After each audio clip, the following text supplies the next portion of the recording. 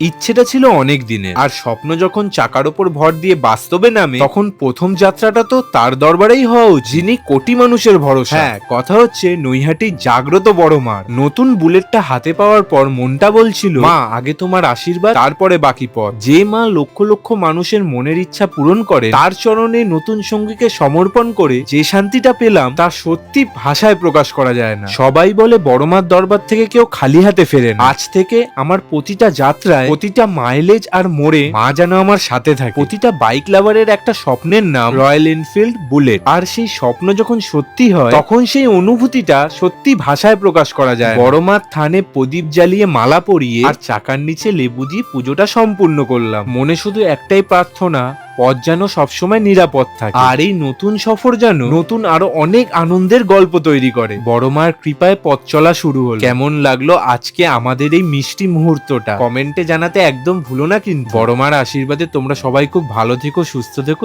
জয় বড় মার জয়।